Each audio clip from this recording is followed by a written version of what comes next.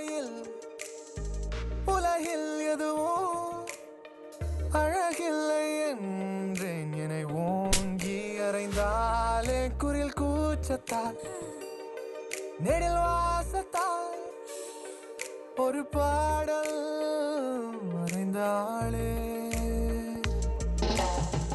இங்கெந்தன் வீட்டின் கண்ணாடி பார்த்து பிறந்த நாள் வாழ்த்து சொன்னேனே.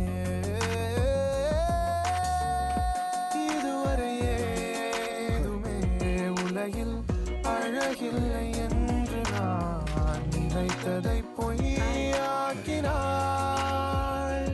இதுவரை ஏதுமே மொழியில் சுவையில்லை என்று நான் நினைத்ததை பொய்யாக்கினாள். இதுவரை ஏதுமே இசையில் சுகம் இல்லை என்று நான் நினைத்ததை